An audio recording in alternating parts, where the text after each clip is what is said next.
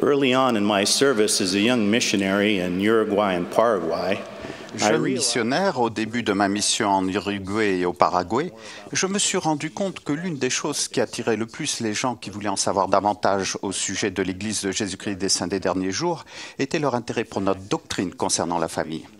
En fait, depuis le rétablissement de l'Évangile de Jésus-Christ, les gens qui cherchent la vérité sont attirés par la doctrine, selon laquelle la famille peut être ensemble à jamais. Le principe de la famille éternelle est un élément essentiel du grand plan de notre Père céleste pour ses enfants. La compréhension que nous sommes une famille céleste, aussi bien qu'une famille terrestre, est essentielle à ce plan.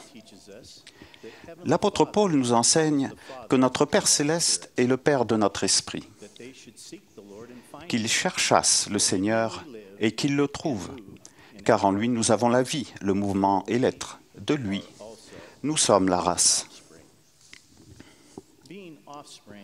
Être les enfants d'un Père céleste aimant est un principe si fondamental de l'Évangile de Jésus-Christ que même nos enfants proclament sa véracité quand ils chantent le chant de la primaire « Je suis enfant de Dieu ». Vous souvenez-vous de ces paroles « Je suis enfant de Dieu et il m'a mis ici. Il m'a donné un bon foyer, des parents si gentils. Conduis-moi et marche avec moi sur le bon chemin. Apprends-moi comment agir pour le connaître enfin. » Reconnaître que nous avons une famille céleste nous aide à comprendre la nature éternelle de notre famille terrestre. Les doctrines et alliances nous enseignent que la famille est essentielle à l'organisation des cieux. Et cette même sociabilité qui existe parmi nous ici existera parmi nous là-bas, seulement elle sera accompagnée de gloire éternelle. Il est essentiel de comprendre la nature éternelle de la famille, si l'on veut comprendre le plan de notre Père céleste pour ses enfants. D'autre part, l'adversaire veut faire tout ce qui est en son pouvoir pour détruire ce plan. Dans sa tentative de faire échouer le plan de Dieu, il mène une attaque sans précédent sur l'institution de la famille. Certaines des armes les plus puissantes qu'il utilise sont l'égoïsme, la cupidité et la pornographie. Notre bonheur éternel ne fait pas partie des objectifs de Satan.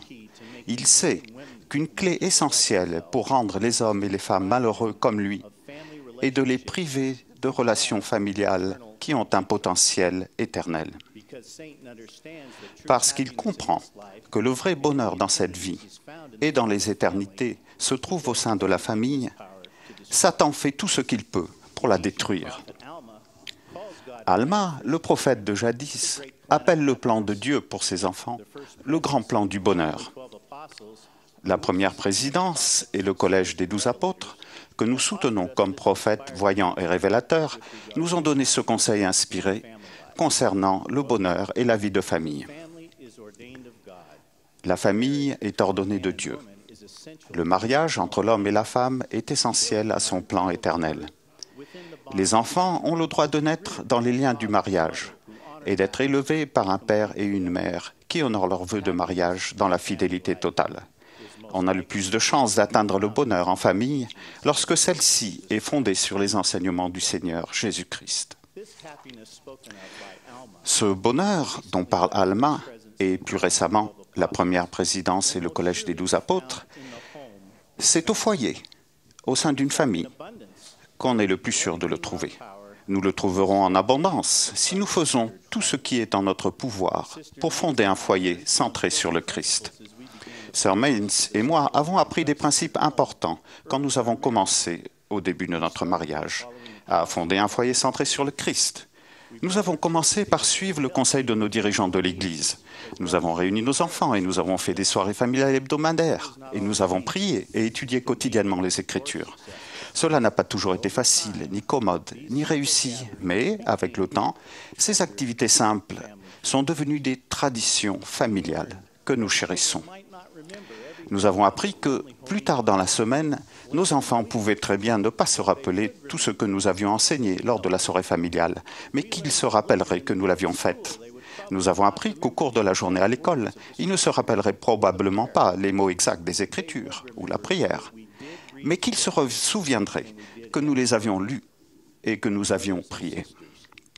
Frères et sœurs, instaurer des traditions sacrées dans notre foyer nous procure un grand pouvoir et une grande protection à nous et à nos enfants. Quand on apprend, que l'on enseigne et que l'on met en pratique les principes de l'Évangile de Jésus-Christ dans notre foyer, cela contribue à créer une culture dans laquelle l'Esprit peut demeurer.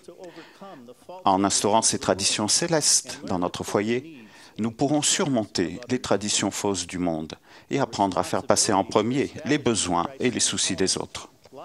La responsabilité de fonder un foyer centré sur le Christ repose à la fois sur les parents et sur les enfants. Les parents ont le devoir d'élever leurs enfants dans l'amour et la justice. Ils seront tenus pour responsables devant le Seigneur de la façon dont ils s'acquittent de leurs responsabilités sacrées. Les parents instruisent leurs enfants avec des mots et par leur exemple. Ce poème de C.C. Miller intitulé « L'écho » illustre l'importance et l'impact des parents quand ils influencent leurs enfants. C'est une brebis et non pas un agneau qui s'est égaré dans la parabole de Jésus. Une brebis adulte qui s'est écartée des 99 autres du troupeau. Et pourquoi chercherions-nous la brebis et espérerions et prierions-nous sincèrement? Parce que lorsque les brebis s'égarent, elles risquent d'entraîner les agneaux. Vous savez, les agneaux suivent les brebis. Chaque fois qu'elles s'égarent, peu après que s'éloignent les brebis, les agneaux s'égarent, eux aussi.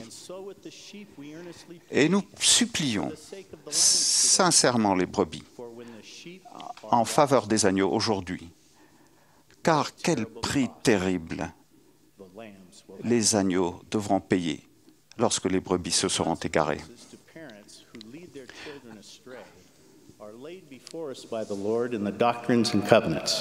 Dans les Doctrines et Alliances, le Seigneur nous explique les conséquences qui attendent les parents qui égarent leurs enfants.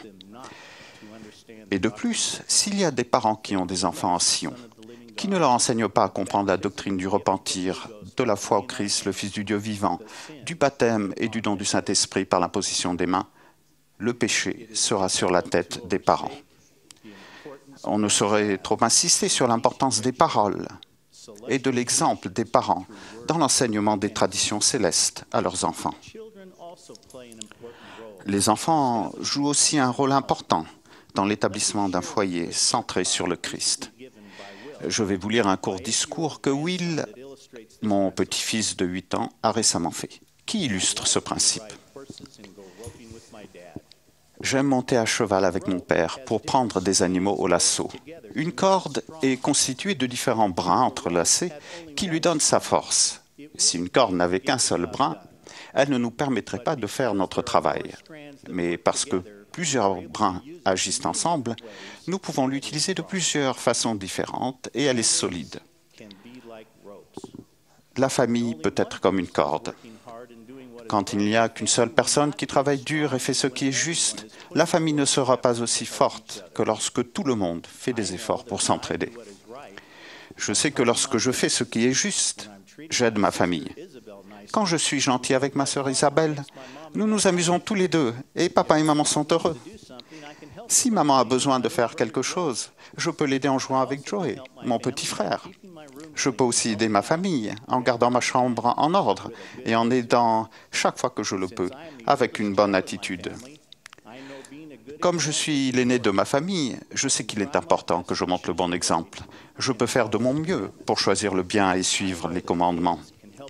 Je sais que les enfants peuvent aider leur famille à être forte comme une corde solide.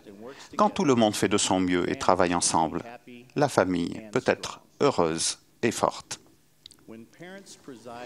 Quand les parents président la famille dans l'amour et la justice et enseignent l'Évangile de Jésus-Christ à leurs enfants par la parole et par l'exemple, et quand les enfants aiment et soutiennent leurs parents en apprenant et en mettant en pratique les principes qu'ils leur enseignent, cela permet la création d'un foyer centré sur le Christ.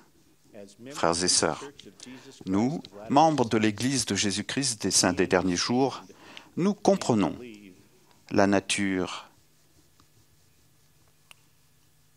éternelle de la famille et nous y croyons. Cette compréhension et cette conviction doivent nous inspirer à faire tout ce qui est en notre pouvoir pour fonder un foyer centré sur le Christ. Je témoigne que si nous nous efforçons de le faire, nous mettrons plus pleinement en pratique l'amour et le service que la vie et l'expiation de Jésus-Christ, notre Sauveur, ont illustré. Et ainsi, notre foyer peut vraiment être un coin de ciel sur la terre. Au nom de Jésus-Christ. Amen.